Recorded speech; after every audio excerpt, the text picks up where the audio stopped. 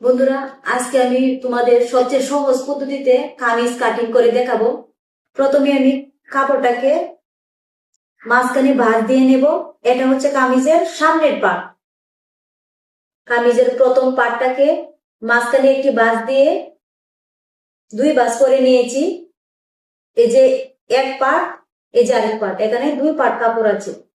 আমি 2.5 ইঞ্চিতে একটি দাগ দিয়ে দিয়েছি, যেহেতু এটা 3 পিস, সেজন্য গলার ডিজাইন করাই আছে।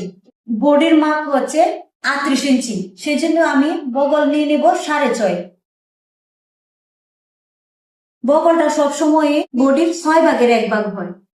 বগলের সাইড দিয়ে লম্বা টান দিয়ে দেব, আর বগলের ঠিক মাঝখানে রাউন্ড শেপ দিয়ে দেব। এখন আমি নিয়ে নেব সাইড পাড়া নিয়ে নেব 14 ইঞ্চি। 14 ইঞ্চি লম্বা জায়গায় দাগ টেনে নেব। 7 ইঞ্চিতেও একটি দাগ দিয়ে নেব। এখন যোগ করে দেব। দেখো বন্ধুরা, আমি কাপড়ের সঠিক মাপ দিয়ে দিয়েছি। এখন মাপ অনুযায়ী কেটে নেব।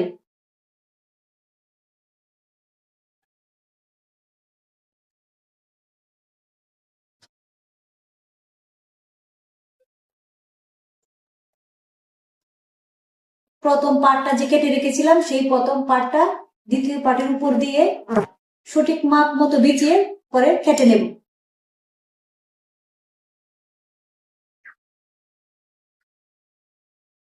দেখো বন্ধুরা, আমি সামনের পার্টটা মাপ মতো কেটে নিয়েছি, সেজন্য পিছনের পার্টটা নিচের দিকে বিছিয়ে আমি সামনের পার্টটা উপরের দিকে বিছিয়ে দিয়েছি। এখন সামনের পার্টটার মাপে নিচের পিছনের পার্টটাও কেটে নেব।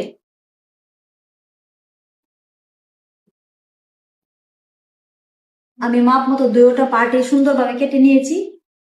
যেটা হলো পিছন পার্ট, আর এটা হলো সামন পার্ট।